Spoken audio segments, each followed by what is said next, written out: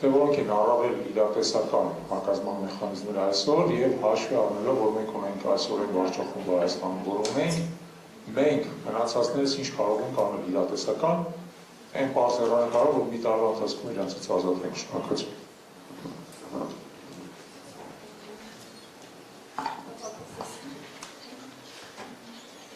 Նախ հավատացությունը չկորցնել,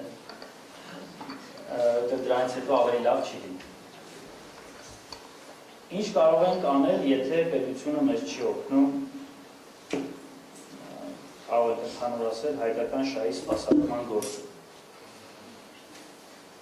Գոնե անհատական մակարդակում աշխատանք տալ։ Տեսեք, մենք Մարդու Եվրոպական դատարանի օրինակով Տիկին Սահակյանը ներկայացրեց անհատական մանդատների ինստիտուտը, որը ևս դատարանը կարող է վերցնել քննության եւ դրանով տա որոշում, որտեղ ֆիքսվի ինչ-որ մեզ համար կարևոր հանգամանքներ, որոնք հետագայում 2 տարի հետո, 5 տարի հետո, 10 տարի հետո կարող են օգտագործել։ Այսինքն անհատական անձանց իրավունքների պաշտպանության համար, արցախցիների հայրենակիցների պաշտպանության համար իրավական պաշտպանական բոլոր հնարավոր մեխանիզմները օգտագործել։ Սա ինչ է։ Ճնշում պետության նկատմամբ, որպեսզի պետությունը գոնե չկատարի այնպիսի արարքներ, որոնք ուղղակիորեն հակասում են հայկական շահին, չեն ասում սպասարկեն, բայց որոնք ուղղակիորեն հակասում են հայկական շահին։ Օրինակ, հրաժարումը միջազգային դատարաններում այսօր գտնվող պահանջներից Ադրբեջանի դեմ։ Զուգահեռ, եթե կարող ենք օգնել այն անձանց, ովքեր որ Արցախից եկել են Հայաստանի Հանրապետություն եւ այստեղ պահպանեն իրենց ինքնությունը, իրենց պահանջատիրության զգացողությունը եւ ընդհանրապես այն գաղափարը, որ պետք է վերադառնան Արցախ վերականգնվի Արցախի Հանրապետությունը, Հայաստանի Հանրապետությանը միանալու նպատակով էլեկտրիկա։ Այսինքն,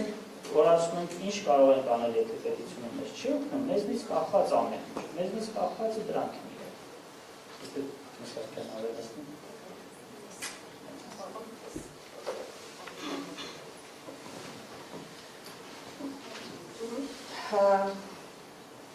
Կան գործողություններ, որոնց փոխարինող միջոցներ մենք ունենք, բայց դրանք են բավականին մեծ կոնսոլիդացիա են պահանջում եւ ինչու ոչ հայկական սփյուռքի ակտիվ ներգրավվածություն։ Օրինակ, եթե մենք տեսնում ենք, որ խնդիրը փաստացի վիճակի արձանագրումն է եւ իրավական ուղիների դադարեցումը, որով կարելի է ճշմարտությունը, արդարացիությունը արձանագրել տարիներ անց, ապա մենք պետք է թույլ չտանք, այսինքն նույնիսկ եթե Հայաստանի Հանրապետությունը որոշում է հրաժարվել իրավական պահանջատիրությունից, այլ միջոցներով հասնել կատարվածի արձանագրման, դատական անվիճելի արձանագրման եւ առանձին իրավունքների նորից դատական ճանաչման, ինչը հնարավորություն կտա ուժեղանալու պարագայում պահանջել իրավունքի իրականացում։ Այսինքն նույնիսկ եթե մենք հիմա անհատական գործերով արձանագրում ենք վերադարձի իրավունքը, բայց դա այսօր անհնար է, 20 տարի հետո ուժեղ պետություն ունենալու պարագայում դա արդեն հնարավոր կլինի եւ մենք կարող ենք վկայակոչել օրինակ դատական ակտ, ՄԱԿ-ի որևէ կառույցի իրավաքաղաքական դիրքորոշում, որտեղ իրավունքը ճանաչվել է եւ արդեն ուժեղ լինելով տեղ կանգնենք մեր իրավունքին։ Հիմա այս ամբողջ process-ը իրավազուրկ դարձնելն է, որպեսզի ուժեղացման որևէ կետում այդ հարցերը լուծելի չլինեն։ Հիմա հայկական սփյուռքի մոբիլիզացիայի պարագայում մենք կարող ենք, ասում եմ, գտնել փոխարինող պետություններ, բայց ցավոք պետք է արձանագրել եւ մենք այս ճշմարտություններն էլ պետք է ընդունենք, որ ըստ էության այնքան ազդեցիկ չեն, որ որևէ երկրում կարողանան հասնել պրոհայկական դիրքորոշումների ձևավորման։ Օրինակ, չգիտեմ, մենք ունենք ենք հասնելու նրան, որ Հունաստանը հանձնարարի ՄԱԿ-ի արդարադատության դատարանում որևէ հայցի ներկայացում ընդդեմ Ադրբեջանի։ Լավ, թող չլինի ռասական խտրականության հարցը, որը զգայուն է, թող լինի խոշտանգումները, հա, կամ նույն կերպ, եթե Լիտվա պետության կարողանում է Բելարուսի հետ կապված գործընթաց մեկնարկել միջազգային քրեական դատարանում, հայերը այս պահին չեն կարողանում իդենտիֆիկացնել մի երրորդ պետություն, որը մարդկության դեմ ուղղված հանցագործության հարցով, այն էլ այն ազգի հանդեպ, որը ցեղասպանություն վերապրած է, գործընթաց նախաձեռնել միջազգային քրեական դատարանում։ Այսինքն, այստեղ մենք տեսնում ենք, որ այո, ունենք սփյուռքի կառույցներ, բայց կամ աշխարհասփյուռ հայություն, բայց նրանց աշխատանքը այնպես չի իրականացվում, որպեսզի տվյալ երկրի որոշումների կայացողների մոտ կարողանան հայկական օրակարգ առաջ մղել։ Եթե վերադառնալ ունենք Հայաստան, մենք միայն կարող ենք հենվել անհատական գործելակերպի վրա, ցավոք սրտի, սա նշանակում է դժողների խմբերի անունից հնարավորինս շատ գործեր տանել, իհարկե այստեղ միայն քանակական մասը չէ, որակական։ Մենք պետք է փազլի տրամաբանությամբ միջազգային ատյաններում կարողանանք ցույց տալ եղելությունը, այսինքն որ համայնքներում ինչ բնույթի խախտումներ են եղել, տուժածների ինչ խմբեր ունեն, որպեսզի այդ իրավական գնահատականները կարողանան մասնակիորեն փոխարինել միջպետական բանվատով առաջադրված այդ հարցերին։ Կան օրինակ հետաքրքիր քննարկումներ եղան, թե արդյոք կարելի է հանրաքվեի միջոցով արգելել կառավարությանը հրաժարվել միջպետական հայցերից։ Ցավոք նախ նորից մոբիլիզացիայի անհրաժեշտություն կա, եւ երկրորդը չմոռանանք, որ ցանկացած նախագիծ, որը դրվելու է հանրաքվեի, պետք է ենթարկվի նախնական սահմանադրական վերահսկողության։ Արդյոք մենք ստանանք այդ եզրակացությունը, թե ոչ, այստեղ կրկին հարցը միայն իրավական տիրույթում չէ, այստեղ կա իրավաքաղաքականը եւ քաղաքական առումով ինքը կրկին կարող է դառնալ անհաղթահարելի շեմ։ Բայց հիմնական ուղղությունը, որ մենք դիտարկում ենք, թույլ չտալ մոռացության կամ չարձանագրման ենթարկվեն այն հանցագործությունները, որոնք տեղի են ունեցել այս ժամանակահատվածում եւ հասնել խախտումներ, հանցագործություններ արձանագրող իրավաքաղաքական բազմաթիվ փաստաթղթերի ընդունման։ Շնորհակալություն, Ֆերչուն։ Բարև ձեզ, իմ անունը Վիկտոր է, իրավաբան, կուզենայի 3 հարց հղել ձեզ, իրավաբանական հարցեր են ավելի շատ։ Դուք ասեցիք, որ Ադրբեջանում ըստ օրենքի միայն դատապաշտպանները կարող են պաշտպանել տեղի ադվոկատները, էլի, բայց եթե չեմ սխալվում, միջազգային իրավունքով էլ, ներքին հենց 83 հոդվածով էլ, եթե չեմ սխալվում, եթե թարմ հոդված եմ թարգմանած տեսել Ադրբեջանի, իրավունք ունի կոնսուլտանտներ վերցնել։ Ինչ է խանգարում, ասենք նույն Ռուբեն Վարդանյանը ունենա արտասահմանյան կոնսուլտանտներ, ասենք հայ բազավոր հայը չի կարող գնա այնտեղ կոնսուլտանտ լինի, որոնք ավելի լայն կարան, ոնց որ ասած, լուսավորեն, լուսաբանեն, ներկա լինելով այդ դատին, այսպես կոչված դատին, էդի մեկ, երկրորդ հարցս ինչ է խանգարում, ասենք, դիմել բոլոր բանդարկված անօրինական հայերին պահվող այդտեղ հայկական քննչական կոմիտե քրեական գործառույթելու համար է ֆակտերում, որովհետև բոլորը հայ են, հայ քաղաքացի Հայաստանի ու իրանց համար պետք է պատասխանատվությունը նույնպես հարցեր լուծի եւ քննչական կոմիտեն Հայաստանի։ Եվ երրորդ հարցը շատ ինձ հուզում է, որը կուզենայի ձեզանից լսել, որ պարլամենտում դեպուտատները բողոքում են, որ իրանք միջազգային այդ պայմանագրի պրոյեկտը ոչ ոք չի տեսել, չգիտի ինչի մասին է եւ այլն։ Դա շատ զարմանալի է ինձ համար, որովհետեւ իրանք լիազորություններ ունեն եւ ոչ միայն ծանոթանալու լուբոյ միջազգային պայմանագրի հետ, որովհետեւ իրանք գաղտնիության էլ բան ունեն դոխուստ ամեն ինչ ունեն, Բացի դրա նրանք իրավունք ունեն, եթե չեմ սխալվում, 24 հոգով սահմանադրական դատիկաներ եկել, ստեղ չեմ ավարտել, դրա համար ստեղ չեմ պաշտպանված, սահմանադրական դատարան դիմել, որ այդ պրոյեկտը միջազգային, նույնպես սահմանադրական դատարանի ոնց որ ասած բանով ռասպատրենի ասնի էլ այսպես ասեմ։ Ուրեմն 3 այդենց հաց, ուզենայի լսեից էջ կարծիք։ Շնորհակալություն։ Ես կարող եմ առաջին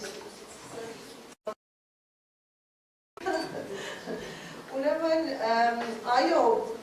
հաստաբանի օգնականի, խորհրդականի, մասնագետի ինստիտուտ կա Ադրբեջանի օրենսդրությամբ, բայց հասկանալի է, որ նրան ինքնուրույն գործելու և վճռորոշ գործելու հնարավորությունից զրկված են և պետք է հասկանանք, թե ինչպիսի օգուտ կարող են տալ կոնսուլտանտները, որոնք ըստ էության պետք է ծառայեն ադրբեջանցի փաստաբաններին, որոնք ցուցումները ստանում են իշխանությունների կողմից, և այն մեկ այլ վտանգ ուներ, մի բան է, երբ հայերը ներգրավում են փաստաբաններ միջազգային արձաններում ներկայացնելու համար, որտեղ ճանաչում են այդ արձանների գործունեությունը, այլ բան է, երբ հայերը իրենց կամ օտարերկրյա փաստաբանները, որոնք վարձվել են ընտանիքների կողմից, կարող են լեգիտիմացնել իրենց ներկայությամբ և ներգրավվածությամբ այն դատավարությունները, որոնց ելքը կանխորոշված է։ Այսինքն նրանք ըստ էության չունեն հնարավորություն արդյունավետ պաշտպանություն կազմակերպելու, ելքի վրա ազդելու, բայց իրենց ներգրավվածությամբ լեգիտիմացնում են այս շինծու պրոցեսները։ Ըստ էության այս երկու հիմնական նկատառումներն են, որից ելնելով ընտանիքները հրաժարվել են Ադրբեջանում շահերը ներկայացնելու նպատակով օտարերկրյա փաստաբաններ ներգրավելուց և նաև նշեմ ընդամենը մեկ անձ է, որը մասնավոր պաշտպան է վերցրել Ադրբեջանից, մնացյալները հենվում են հանրային պաշտպանի գրասենյակի կողմից տրամադրվող ծառայություններին, իսկ այս ծառայությունների որակի և այլ խնդիրների մասին կամ բազմաթիվ զեկույցներ, այստեղ արձանագրված է, որ այս կառույցը ամբողջովին գրպանային փաստաբանություն է իրականացնում և նաև մի հետաքրքիր ցուցանիշ նշեմ, որ Ադրբեջանում հասարակության որոշակի քանակին բաժին ընկնող փաստաբանների թվականակը էապես ցածր է, մոտ 3 անգամ նվազ է, քան միջին եվրոպական շեմը և սա հավելյալ հիմնավորում է այն թեզը, որ փաստաբանական համայնքը գտնվում է հետապնդումների ներքո, այդ մասնագիտությունը հավասարեցված է վտանգավոր գործունեության հետ, որտեղ անձը կարող է ֆիզիկական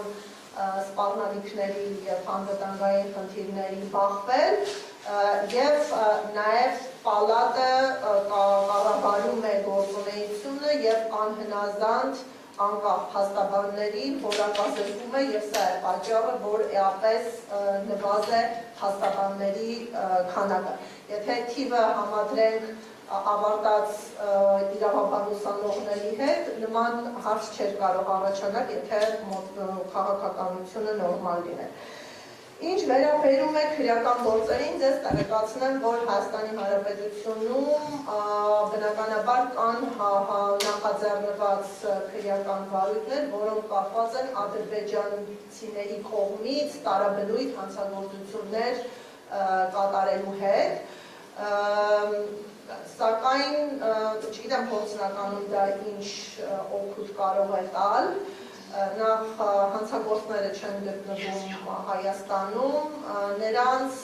հետապնդման որոշ միջոցներ կան, բայց կոնֆլիկտից ծագած այդ քրեական գործերի մասով միջազգային համագործակցությունն էլ առանձնահատկություններ ունի, օրինակ Ինտերպոլը նույն հրաժարվում է կարմիր red notice-ը տալ այն անձանց մասով, ում վերագրվում են կոնֆլիկտից ծագող վեճեր, որտեղ դրանք նաև քաղաքական հետապնդումների գործիքներ են։ Մնում է, որ տարբեր իրավական ոլորտում փոխօգնության համաձայնագրեր գործի դրվեն։ Մի նման դեպք ունեցանք Ռուսաստանի Դաշնության հետ, երբ հետախուզվողը ձերբակալվել էր, բայց հետագայում ոչ թե արտահանվեց Հայաստանի Հանրապետությանը, այլ հենց Ադրբեջանին, եւ նույն ԱՊՀ շրջանակներում կարծում եմ այդ համագործակցությունը արդյունավետ չի կարող լինել։ Ես ավելի մեծ հնարավորություններ տեսնում եմ համընդհանուր իրավազորության այդ կոնցեպտի գործողության մեջ դնելու մասով եւ այնպիսի երկրներ, որոնք ունեն պատերազմական հանցագործների պատժելու հստակ քաղաքական կամք, սիրիական միջադեպերի առնչությամբ այս պահին օրինակ նույն Գերմանիան, Բելգիան, Ֆրանսիան որոշակի վարույթներ նախաձեռնել են եւ եթե իդենտիֆիկացվում է հանցագործը եւ նա կարող է հայտնվել եվրոպական հողի վրա, սա հետաքրքիր ուղղություն կարող է լինել, որ անմիջական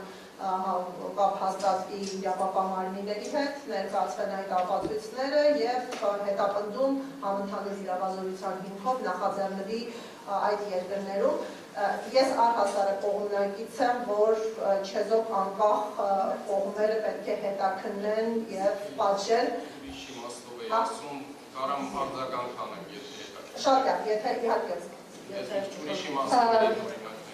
Շնորհակալություն, վերջում արձագանքի հնարավորություն կունենաք արդեն։ Ըստ էության այս մասով Հայաստան եւ Ադրբեջան համագործակցության կոչեր հնչում են Ադրբեջանի կողմից, ինչպես գիտեք, որոշ հայերին հանձնելու մասով, կրկին ես ավելի շատ քաղաքական պրոցես եմ այդտեղ տեսնում, քան իրավական։ Շարունակել, այս հարցի հետ կապված նաև ավետիքի նախորդ հարցի տրամաբանության մեջ Իսահակյան ինչպես նշեց, ունի universal համընդհանուր իրավազորության շրջանակներում մեր շատ գործընկերներ այլ երկրներում բավական լուրջ աշխատանք տանում են, որ այդ երկրներում իրավական հետևանքներ առաջանան Ադրբեջանի առանձին պաշտոնյաների անձանց նկատմամբ, ովքեր կասկածվում են եւ մեր կարծիքով նաև պետք է դատվեն պատերազմական եւ մարդկության ողջունված հանցագործություններով։ Սա կարող են անել նաև մեր անհատական ջանքերով եւ շատ մեր գործընկերներ հենց գրքում դրանով զբաղված են։ Որքանով է արդյունավետությունը կարող են գնահատել, բայց անհրաժեշտ է մեզ կապված է նաև անել այս նույն հարցի հետ փոխկապակցեցի։ Երրորդ հարցը միջազգային պայմանագրերի այդ խաղաղության պայմանագրի մասին չէ, կարծես խոսքը։ Տեսեք, իրականում եթե զուտ պոզիտիվ իրավունքի տրամաբանության նայեն, գործընթացը մեր մոտ հետևյալն է։ Գործադիր իշխանության ներկայացուցիչները երբ որ համաձայնեցնում ստորագրում են պայմանագիրը, ուղարկում են սահմանադրական դատարան, սահմանադրական դատարան տալիս է դրական եզրակացություն, նոր գալիս է ազգային ժողով, նոր պատգամավորները այսպես ավելի մոտիկից ծանոթանում են։ Բայց հաշվի առնելով այն հանգամանքը, որ մենք խորհրդարանական երկիր ենք, եւ գործադիր իշխանության ներկայացուցիչները անմիջական եւ միջնորդավորված վերահսկողության տակ պետք է լինեն պարլամենտում։ Ենթադրվում է, որ անգամ բանակցություններից հետո ձևակերպված վերջնական հաստատումը նաև պետք է ինչ-որ կերպ ազգային ժողովի պատգամավորները տեղյակ լինեն, գոնե այն խմբավորությունը, ում անդամ է այսօրվա իշխանությունը, բայց վստահ եմ, որ անգամ իրենց խմբավորության անդամները տեղյակ չեն։ Այդ հաստատքի մեջ գրված կամ մեկ-երկուսը կարող է տեղյակ լինեն, ասացնել տեղյակ չեն։ Սա ուղղակիորեն անհարգալից վերաբերմունք է ազգային ժողովի նկատմամբ, պարլամենտական։ Եթե չլինեինք պարլամենտական երկիր, այսինքն սահմանադրական կարգավիճակը պարլամենտին այդքան բարձր դեր չտար եւ վերահսկողական լայն հնարավորություններ գործադրի նկատմամբ։ Մենք ասել այո, բայց հիմա քանի որ պարլամենտական ընդդեմ չկա, կարող ասել, որ քաղաքական մշակույթի դրամաբանության սա ոչ խախտում է, զուտ գրված իրավունքի դրամաբանության խախտում դժվար։ Շնորհակալություն, ներողություն խոսքը տանք մեր հաջորդ ձեր բարձրացածին, այո, շնորհակալություն, Ազատություն ռադիոկայանի Աննա Ստեփանյան։ Իմաստը կորի Ներողություն, հիմա հարց ու պատասխանի ժամանակն է, վերջում արձագանք կունենանք։ Տիկին Սահակյան, դուք նշեցիք ձեր ելույթում, որ 80 հայեր բռնի անհետացման են ենթարկվել, կխնդրեի որոշակիացնել, որ ժամանակահատվածի մասին եք խոսում եւ ինչ է ձեզ հայտնի նրանց շահկատագրի հետ կապված, այսինքն նրանք սպանվել են, խոշտանգվել են եւ այլն։ Դուք խոսեցիք այժմ պատանդարված հայերի խոշտանգումների մասին, նաև որ անեկարմակում են նրանք անմարդկային պայմաններում լինել, կխնդրեի, եթե հնարավորության սահմաններում փակագծեր բացել, այդ խոշտանգումները նաև վերաբերում են ֆիզիկական ներգործությանը, որտեղ առնվազն Ռուբեն Վարդանյանի դեպքում մենք որոշակի անձեն աչքով հետքեր տեսանք նրա դեմքին, տեսանյութերում, ամեն դեպքում այդ ամենը երևում էր։ Եվ նաև ես կցանկանայի ձեր գնահատականը, քանի որ դուք խոսեցիք պատերազմական հանցագործներին պատասխանատվության ենթարկելու կարևորության մասին, գիտեք, որ որոշում է կայացվել 2020-ին տարեց տղամարդուն գլխատած ադրբեջանցի քաղաքացու նկատմամբ հետախուզումը դադարեցնելու Հայաստանի որոշման վերաբերյալ, այդ մասին հայ պաշտոնական հաղորդագրություն է տրվել, որ հիմք ընդունելով ես մեջ բերեմ նշված պայմանավորվածությունը, որը կայացվել է 2007 թվականին եւ 2024-ին էլ կողմերը իրենց այդ պայմանավորվածությունը վերահաստատել են, որ ԱՊՀ տարածքում միմյանց քաղաքացիներին չեն հետախուզում, բայց այս դեպքում մենք գործ ունենք պատերազմական հանցագործի հետ, ամեն դեպքում տեսանյութը կա այդ